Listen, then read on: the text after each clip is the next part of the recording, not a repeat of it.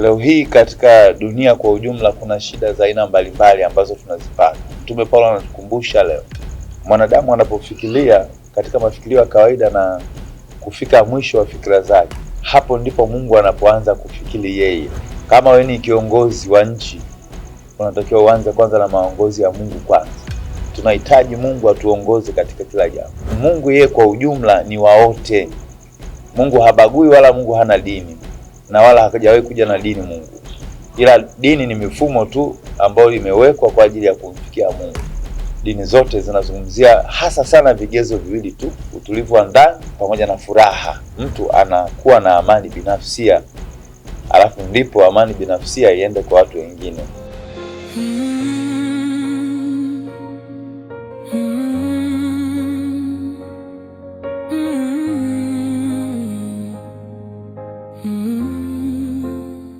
Imekuwa baraka sana kwa siku ya leo kukutanika pamoja na kuweza kuzungumza pamoja kwa njia mbalimbali, hususan kwa njia ya mtandao. Neno leo ambalo nimekuja nalo ni neno kutoka katika kile kitabu cha Warumi 8:14. Maneno ya Bwana anasema kwamba watu wote wanaoongozwa na Roho wa Mungu hao ndio wana wa Mungu. Ni maneno mafupi sana, lakini ni maneno yenye tija sana, hususan katika maisha yetu ya kawaida ambayo kila siku tunaendesha.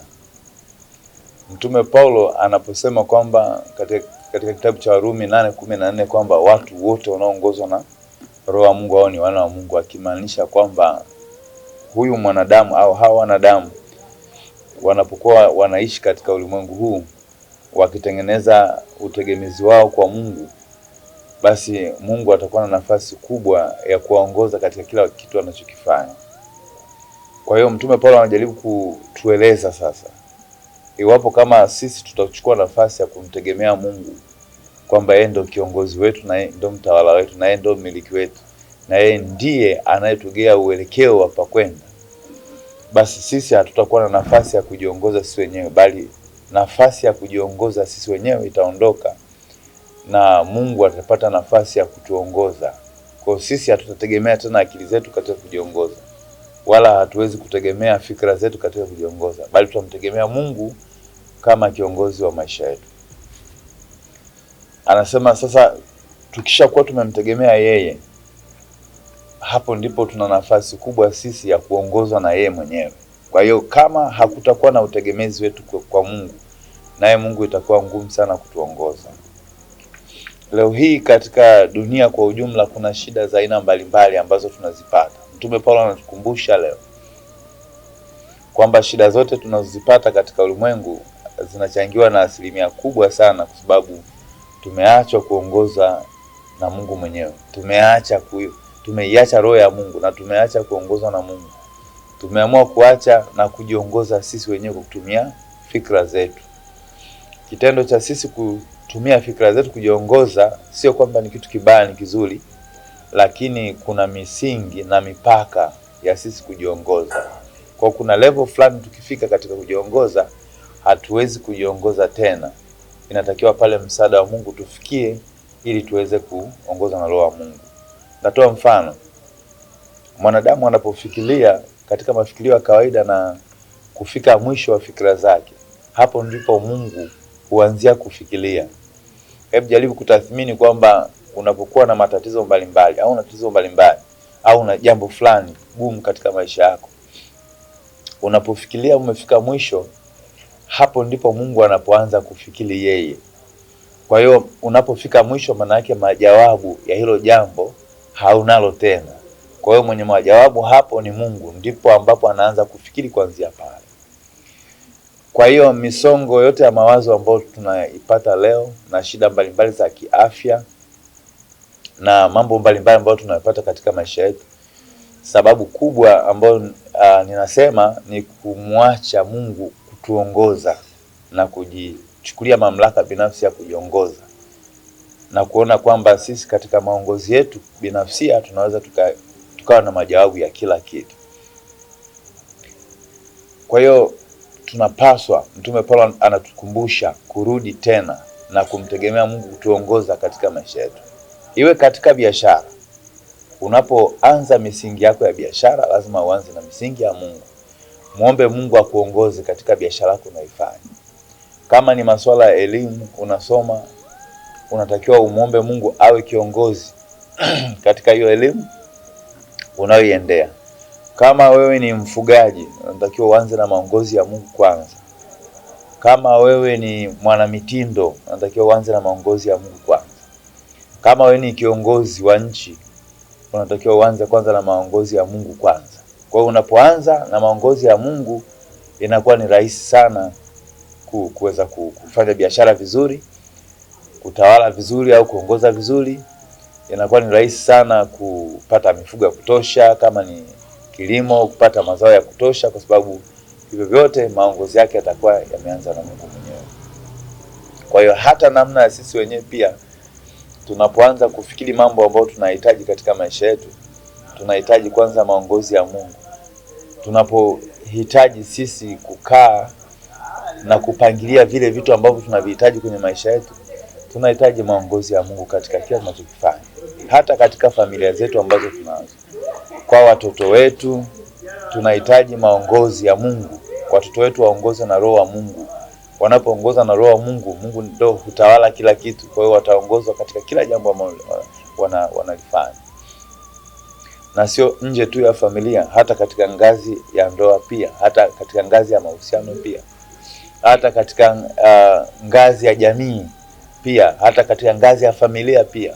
Tunahitaji Mungu atuongoze katika kila jambo ili tupate nafasi ya kuwa wana wa Mungu. Kwa hiyo ni muhimu sana sana sana, sio tu kwamba Mkristo ndo anatakiwa awe anaongozwa na Roho wa Mungu. Hapana, kila mwanadamu anao wajibu huo wa kuongozwa na Roho wa Mungu, kwa sababu Mungu yeye kwa ujumla ni wa wote. Mungu habagui, wala Mungu hana dini, na wala hajawahi kuja na dini Mungu. Ila dini ni mifumo tu ambayo imewekwa kwa ajili ya kumfikia Mungu. Na ndio sababu tunasema Mungu wetu ni mmoja tu. Tuna dini ziko nyingi sana, lakini zote zinaelezea jambo moja. Nimejaribu kusoma dini za aina mbalimbali, nimepata kugundua kwamba dini zote zinazungumzia hasa sana vigezo viwili tu: utulivu wa ndani ambao tunasema inner serenity, pamoja na utulivu pamoja na furaha. Kwa hiyo hii factor mbili, furaha ya mwanadamu pamoja na utulivu wa ndani, vitabu vyote vya dini mbalimbali vimezungumzia hizo dhana mbili muhimu sana. Kwa hao wote, hizi zote dini zinafanya kazi moja tu ya kueleza utulivu wa ndani na furaha tu kwa mwanadamu. Kwa maana hiyo, kama hizi zinaeleza haya mambo mawili tu, utakuja kuona kinachotupa shida wanadamu sana ni kutokuwa na furaha na pamoja na kutokuwa na utulivu ule wa ndani. Ninapozungumza utulivu wa ndani, nikiwa na maana ya kwamba mwanadamu ameumbwa katika kujisikiliza yeye ndani. Kwa hiyo kwa bahati mbaya sasa hivi kinachofanyika kwamba mwanadamu anapenda kusikiliza nje. Kwa hiyo mambo ya nje anasikiliza, anachukua, anapeleka ndani. Mambo ya ndani hawezi kujisikiliza yeye mwenyewe. Kwa hiyo tumeumbwa katika kujisikiliza wenyewe, kuyatoa ndani na kwenda nje, na wala sio kutoka nje kuja ndani. Lakini tunapozungumza furaha, tunamaanisha kwamba furaha ya mwanadamu iko ndani yake yeye mwenyewe. Hakuna mtu ambaye anaweza katoa furaha kwa mwanadamu mwenzake. Hicho kitu hakipo kabisa. Na wala hakuna mtu ambaye anaweza kaitoa akampa mwenzake amani. Mtu anakuwa na amani binafsia, alafu ndipo amani binafsia iende kwa watu wengine. Katika familia kutakuwa na amani ikiwa mtu mmoja mmoja atakuwa na amani. Ikitoka katika level ya familia inakuja level ya jamii. Kwa katika jamii kutakuwa na amani. Kutoka kwenye level ya jamii inakuja kwenye level ya taifa kwa ujumla. Kwa hiyo moja moja katika jamii yetu pia akiwa na furaha, basi familia huwa na furaha, baadaye jamii huwa na furaha, baadaye taifa huwa na furaha. Kwa hiyo hivi vitu tukivitunza vizuri na kuvijua namna ya kuviendea, tutaanza kuona kwamba kila mmoja wetu anapata unafuu katika kila anachokitekeleza. Kwa hiyo kumjia Mungu na kuishi katika matakwa yake na vigezo vyake alivyoviweka, na kuishi katika ukamilifu wake na utakatifu wake, kunamsababisha mtu aishi maisha ya raha sana. Kwa kuwa kwanza atakuwa anategemea mwongozo wa Mungu katika kila hatua anayoendea kwenye maisha yake, lakini pili atakuwa huyu mtu anategemea sana maongozi ya Mungu mwenyewe. Licha ya hivyo, utulivu wa ndani pamoja na furaha vyote vitaambatana pamoja. Kwa hiyo mtu atakuwa na mafanikio ya kutosha. Na katika dunia tunazungumza mafanikio, kila mtu anazungumza mafanikio, lakini mafanikio ya kweli ya mwanadamu, achilia mbali kuwa na mali, vitu vya nje, mafanikio ya kweli ni furaha. Mtu anapokuwa na furaha, hayo ndio mafanikio ya kweli. Na mtu anapokuwa na utulivu wa ndani, hayo ndio mafanikio ya kweli kabisa kabisa kuliko mafanikio yoyote yale. Mtu anaweza kuwa na majumba, mtu anaweza kuwa billionaire, na mtu anaweza kuwa trillionaire, lakini utulivu wa ndani ukikosekana, huyo mtu hajafanikiwa. Akikosa furaha, huyo mtu bado hajafanikiwa. Kwa hiyo hayo ndio mafanikio ambayo msingi sana ambayo tunatakiwa sisi tu na tija. Na ndio sababu unakuta mtu anakuambia ni Mkristo lakini furaha ya ndani hana. Mtu anakuambia ni Mkristo lakini ukiangalia utulivu hana. Kwa hiyo ukikosa utulivu na furaha, hata ungekuwa nani, hautaona thamani ya maisha katika ulimwengu ambao tunaoishi. Kwa kila mmoja ana nafasi sasa ya kujifunza yeye binafsi.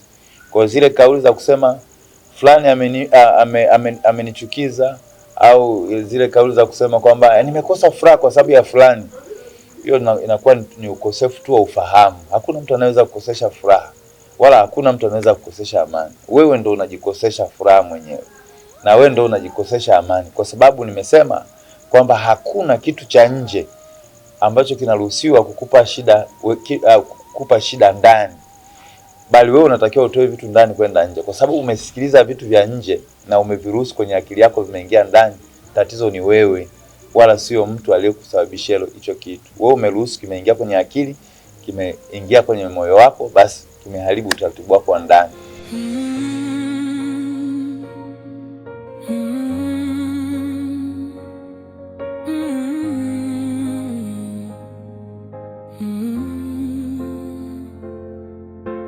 Ni mapito tunapitia na yana muda wake, usikate tamaa.